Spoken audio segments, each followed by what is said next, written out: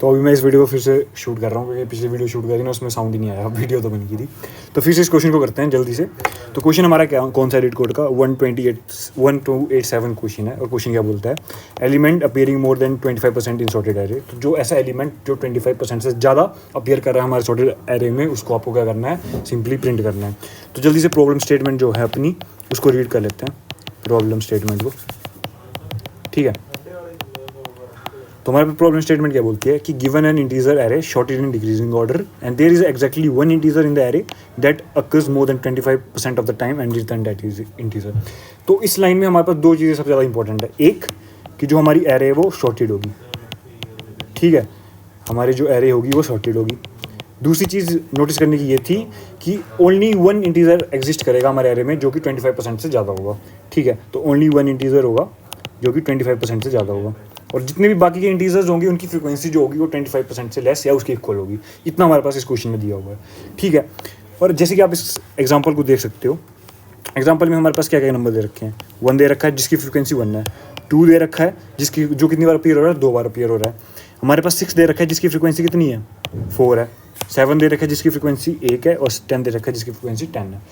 अब हमारे पास जो 25% होगा वो कैसे निकलता है, वो निकलता है हमारा जो हमारी एक सेकेंड जो हमारी एरे का जो होगा साइज़ होगा, ठीक है, एरे का जो साइज़ होगा डिवाइड बाय 4, इसको करके मेरे पास क्या निकल जाएगा, 25% निकल जाएगा। उससे ज़्यादा जो भी फ्रीक्वेंसी होगी उसको हमें प्रिंट करना है। तो इस केस में हमारी जो 25% से जो ज़्यादा फ्रीक्वेंसी है वो 6 की आ रही है, तो हमने इसलिए 6 प्रिंट करा हुआ है। तो जल्दी से अब इस, ठीक है, एरे का ड्राई रन कर लेते हैं, देखते हैं कि हम क्या अप्रोच सोच रहे हैं और कैसे उसको यूज़ करेंगे। तो हमारे पास एरे दे रखी है और उसके अंदर वैल्यूज दे रखी हैं 1 2 2 6 6 6 6 एंड 7 और 10। तो ये हमारे पास कुछ वैल्यूज दे रखी हैं। तो जैसे कि आप देख सकते हो यहाँ पे 1 अपीयर हो रहा है एक बार, 2 की फ्रिक्वेंसी है 2, 6 की 4, ठीक है, 7 की फ्रिक्वेंसी है 1 एंड 10 की फ्रिक्वेंसी है 10 की फ्रिक्वेंसी है 1। तो अब हम इसमें क्या इंट्यूशन लगाएं। देखो इस क्वेश्चन को आप डायरेक्ट मैप यूज़ करके फ्रीक्वेंसी निकाल के और उसको हीप में डाल के डायरेक्ट कर सकते हो, बट हम इसको यूज़ करेंगे, पर उसमें उस एल्गोरिदम में जो टाइम कॉम्प्लेक्सिटी आएगी वो थोड़ी ज़्यादा होगी। हम इसको अगर ब्रूट फोर्स से करते हैं, सिंपल लूप से करते हैं ना, जो टाइम आएगा सबसे ज़्यादा ऑप्टिमाइज़ होगा। तो हम भी इसी को सबसे ऑप्टिमाइज वर्जन में करेंगे। तो एक चीज़ आप नोटिस कर सकते हो, ठीक है, मैं सबसे पहले इनकी फ्रीक्वेंसी लिख देता हूँ। तो 1 की 1 है, 2 की 2, 6 की 4, 7 की 1 और 10 की भी 1 दे रखी है। ठीक है, तो इस क्वेश्चन में आप एक चीज़ नोटिस कर सकते हो कि हम क्या करेंगे, हम सिंपल क्या करेंगे, साइज़ निकाल देंगे। साइज़ क्या होगा, साइज़ हमारा कुछ नहीं होगा, हमारा 25% होगा किसका, उस एरे का, 25% ऑफ एरे, जो कि कैसे निकलेगा, size of array divided by 4। इसको करके हमारा जो है साइज़ निकल जाएगा।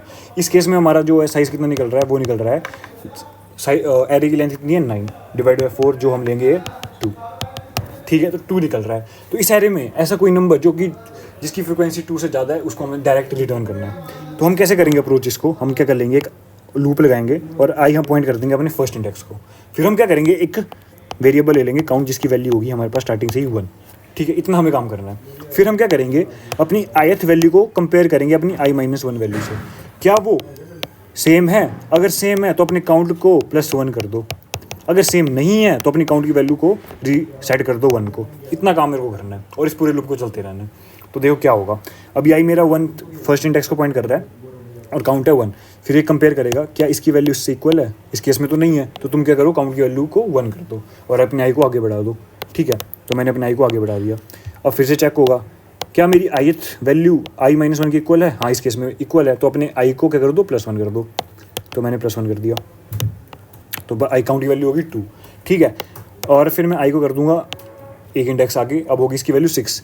तो ये कंपेयर करेगा क्या ith इंडेक्स की वैल्यू i-1 की इक्वल है, इस केस में नहीं है, तो तुम क्या करो, अपने काउंट को फिर से रीसेट कर दो 1 पे, कर दिया, ठीक है। फिर आई को आगे बढ़ा दो, फिर से कंपेयर करो क्या वैल्यू सेम है, इस केस में सेम है, तो काउंट को क्या कर दो, +1 कर दो, तो काउंट की वैल्यू होगी हमारे पास 2। तो ऐसा ही चलता रहेगा, आई आगे हो जाएगा, फिर से कंपेयर होगा, फिर से काउंट की वैल्यू इंक्रीज़ हो जाएगी, इस केस में 3 होगी। जैसी वैल्यू 3 हुई तो लूप के अंदर मैं एक और इफ स्टेटमेंट लगाऊंगा जहाँ पे मैं एक चीज़ चेक करूँगा, वहाँ पे मैं एक चीज़ चेक करूँगा कि जब कभी भी मेरी काउंट की वैल्यू ग्रेटर देन हो जाए मेरे साइज़ का है जो 25% हमने निकाला अपने एरे का, अगर कभी भी ये कंडीशन ट्रू होती है ना तो सीधे रिटर्न कर दो आप एरे ऑफ ith इंडेक्स। जो आई जो है इंडेक्स जो है अपने एरे में पॉइंट कर रहा है उस नंबर को आप डायरेक्ट रिटर्न कर दो। ये मेरे को करना है अपने लूप के अंदर, ठीक है। तो बस यही मेरे इस क्वेश्चन का ड्राई रन भी है और यही अप्रोच भी हम करेंगे। अब जल्दी से इसका कोड कर लेते हैं। तो अब हम इस क्वेश्चन का कोड करेंगे, ठीक है। तो हमें क्या चीज़ें चाहिए, सबसे पहले तो हम अपना साइज़ निकालेंगे जो कि 25% ऑफ एरे होगा, ठीक है। तो सबसे पहले एक वेरिएबल लेते हैं अपना साइज़ नाम से, जो कि क्या होगा array dot length divided by हम कर लेंगे 4 से, तो इससे मेरे पास साइज़ आ जाएगा। और एक हम काउंट ले लेंगे जिसकी इनिशियल वैल्यू ले लेंगे वो, फिर हम एक सिंपल लूप लगाएंगे, ठीक है। आई को पहली वैल्यू होगी फर्स्ट इंडेक्स से स्टार्ट होगा और आई कहाँ तक होगा एरे डॉट लेंथ तक, और आई को हम इंक्रीमेंट कर देंगे। तो ये हमारे लूप की कंडीशन लग गई। अब सबसे पहले हम क्या काम कर रहे होंगे, हम एक चेक लगा लेंगे कि इफ़ हमारा जो एरे एट आई है वो अगर इक्वल है हमारे एरे एट आई -1 के। जब ये कंडीशन ठीक है तो काउंट की वैल्यू को आप क्या कर दो 1 से इंक्रीमेंट कर दो।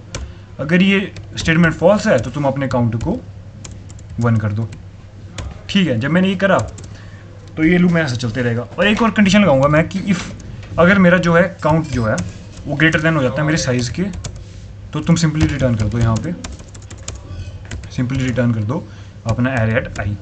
इतना मैंने काम कर लिया और ये लूप चलता रहेगा। और लास्ट में तुम क्या कर दो रिटर्न कर दो तुम अपना एरे एट 0।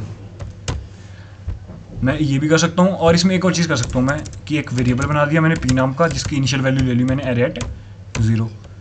अगर मैं ये चीज़ करूँगा ना और यहाँ पे जो मैं कंपेयर कर रहा हूँ उसको मैं i की जगह एरे एट i-1 की जगह मैं क्या लेता हूँ p ले लेता हूँ। इससे क्या होगा आपका टाइम कॉम्प्लेक्सिटी कम आएगी। जब मैं ये चीज़ करूँगा तो मेरे को यहाँ पे p की वैल्यू को भी अपग्रेड करना पड़ेगा। तो अगर ये रिटर्न नहीं करता है तो उस केस में तुम क्या कर दो p को सिंपल एरे एट i कर दो, ये मेरे को करना है। और लास्ट में रिटर्न कर दूंगा मैं एरे एट या सिंपल p को रिटर्न कर देंगे।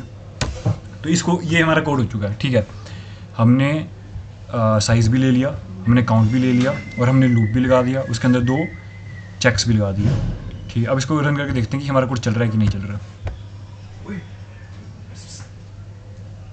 तो हमारा टेस्ट केसेस तो चल गया है। अब इसको सबमिट करके देखते हैं कि कोड सही है कि नहीं है।